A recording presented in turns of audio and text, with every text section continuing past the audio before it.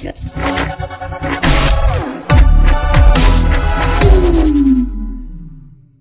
Hey everybody, it's Benny One, and I'm back at you with another episode review for Star Wars The Bad Batch. Everybody, it's Friday, so it's Bad Batch time. Woo! That's right, so we have episode 10 already, and this is called Common Ground. It's crazy to me that we're already 10 episodes into this show. I think there's 14 episodes, so we got 4 more episodes left after this, and I gotta say, this was a pretty good episode. I actually enjoyed this episode quite a bit, because some of the episodes have kind of felt a little lackluster, I guess you could say, or at least for me. But I actually enjoyed this one. I thought it was a very entertaining episode. So, this episode picks up on Braxis, everyone. It was a separatist planet back in the Clone Wars, and the Empire is there basically taking over and implementing the Empire rules like curfews and trying to convince this planet that the Empire is there to help them and be their friends.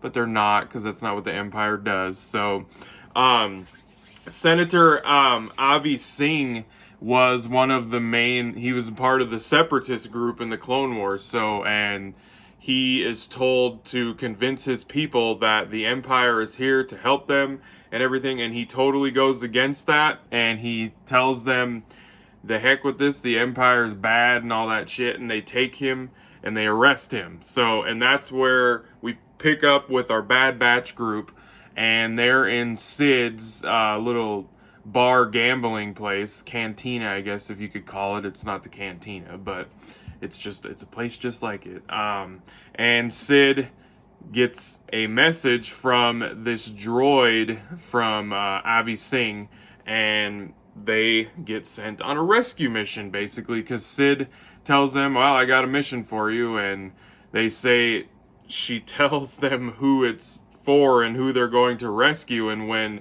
Hunter finds out that it's a freaking former separatist leader, he was like, we are not going to rescue a separatist leader, because in the war, they literally fought against the separatists, and he's like, I'm not going to go rescue a separatist leader.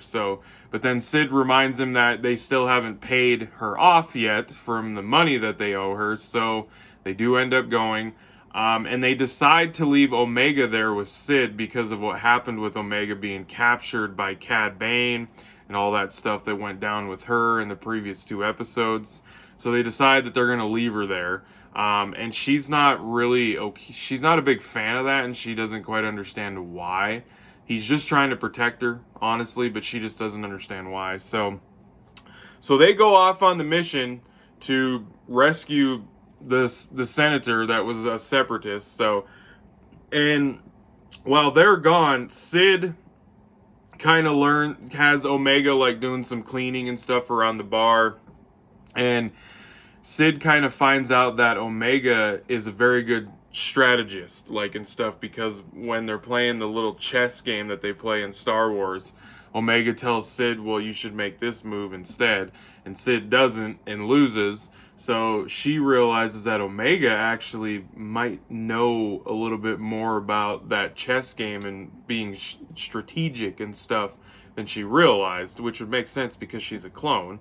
And they're like, their brains are like programmed when they're being created and stuff to be smarter than like your average person. So then she realizes that, so she uses Omega to help her get money and all that shit.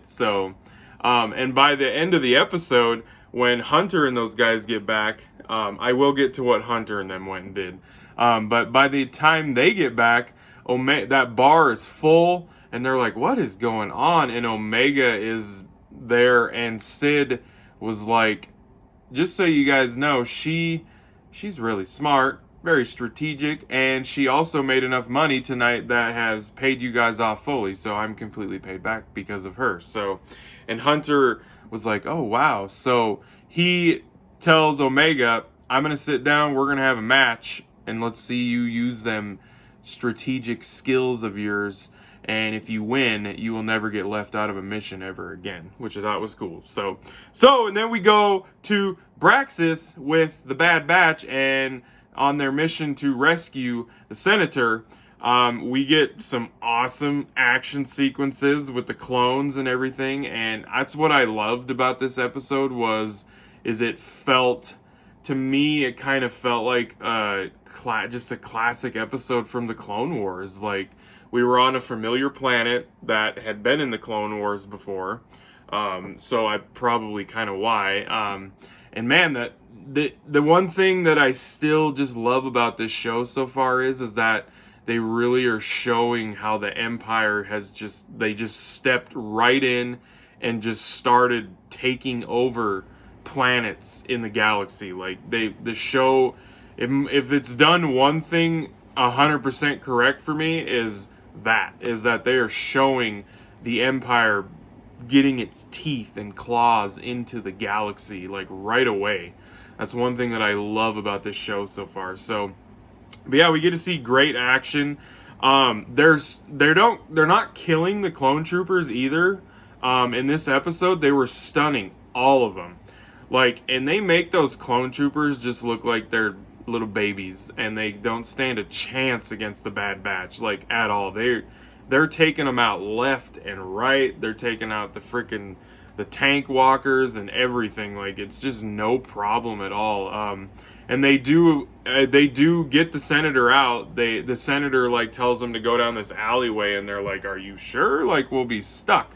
And he does it because he's like, "Now put the tank up next to the wall," and they blow a hole in the wall, and they end up getting away. So, but overall, it was I thought it was an entertaining episode. Lots of great action with the Bad Batch, showing them work together as a team, and they just look unstoppable. So it was another good episode, everybody. Like I said, we only got 4 more episodes left in this first season of the Bad Batch. So I hope you guys enjoyed that review. Thanks for watching, and be catching you on the tube later, because I have spoken.